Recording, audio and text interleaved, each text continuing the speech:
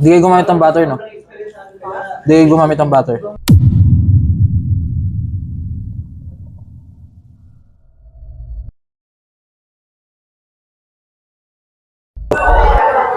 Coach RC, ano po yung paborito niyong lutuin sa mga players? Yung lagi nila nire-request yung adobong Tagalog. Ooh! Mag-share niyo po ba ano yung secret ingredient na ginagamit? Yung adobong Tagalog kasi konti lang nakakaalam nun eh. So, yung Tagalog, yung adobo na nakasanayan natin is yung toyo lang, ganun. Pero yung adobong Tagalog kasi, pinagsama siyang tuyo na sabaw, tapos medyo saucy. So, ganun.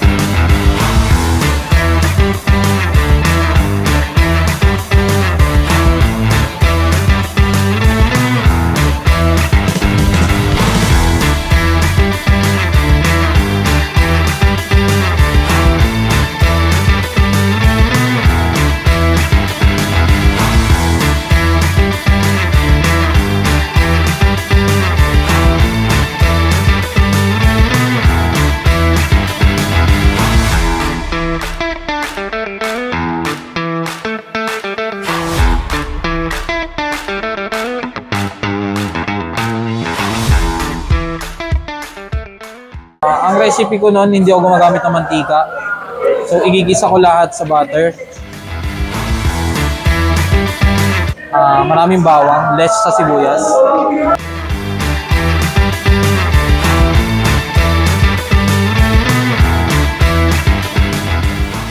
Tapos, kailangan ko lang gisahin yung manok doon hanggang sa magpawis yung manok.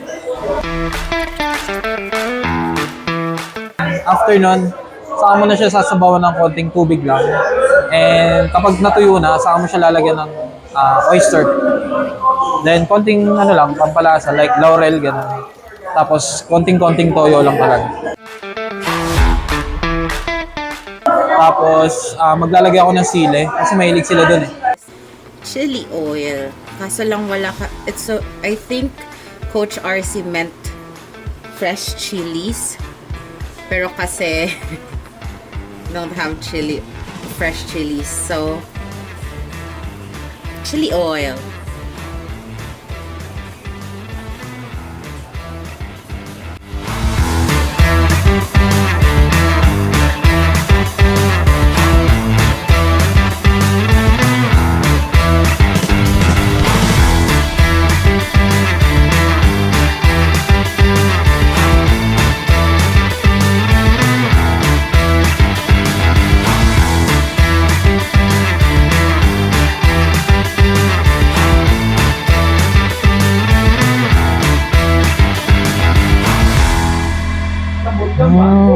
Binase po namin siya Chicken dun and pork.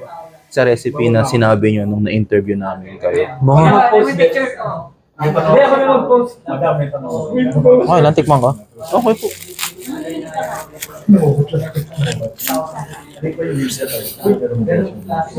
Di na ako magra-rice ha, okay lang. Opo, okay lang po.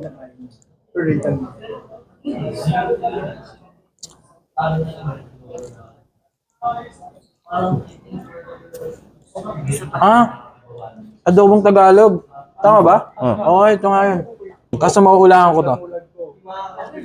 Hindi kayo gumamit ng butter, no? Hindi kayo gumamit ng butter. Pero bakit ganun? Baka konti. Mas nalalasahan ko yung mantika. Baka po sa kabilang. Kasi yung cut po nung pork na nabili namin, mostly Kasi Tapos ginisa nyo po muna yung baboy. pinaiga po mo. Kita ko na po. Pero hindi po nalasa yung butter. Pero masarap naman po siya. kung i-rate nyo, coach, na 1 to gusto ng mga players nyo. 1 to gusto ng mga players. Feeling ko 9. Kasi gusto nila maanghang eh. So butter lang yung kulang para Opo. mag-10. Tapos dapat dairy. Dairy talaga ang gagamitin nyo. Kasi hindi siya naglasa talaga yung butter. Hindi po naglasa. Kaya I doubt po talaga yun. Hindi, pero lasa naman po siya. Kaya nasabi ko po agad na adobong Tagalog. Kasi hindi ko po nalasahan yung sibuyas. Pasado naman po. Opo, pasado siya. Pwede ko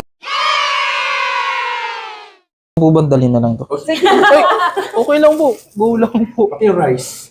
Dalhin ko na po ito. Natikman na din po namin lahat eh. Sige, ganito. Pleasure pa po Champion namin. po kami. Luluto ko po kayo. Best. Yung isa po sa mga best na niluluto ko sa bootcamp. Yes, we lang taga